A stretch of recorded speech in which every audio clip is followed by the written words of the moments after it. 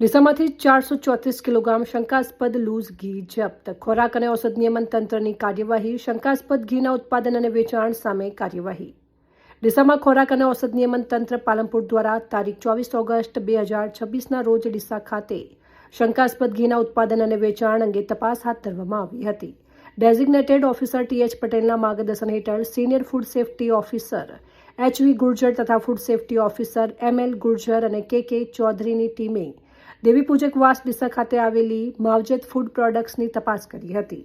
તપાસ દરમિયાન પેઢી ખાતે શંકાસ્પદ લૂઝ ઘીનું ઉત્પાદન અને વેચાણ કરવામાં આવતું હોવાનું સામે આવ્યું, જેને પગલે અધિકારીઓ દ્વારા લૂઝ ઘીના નમૂનાઓ લેવામાં આવ્યા હતા. આ નમૂનાઓને ગુણવત્તા ચકાસણી માટે સરકારી ફૂડ લેબોરેટરી ખાતે ફૂડ એનાલિસિસ્ટ માટે મોકલવાની કાર્યવાહી કરવામાં આવી છે.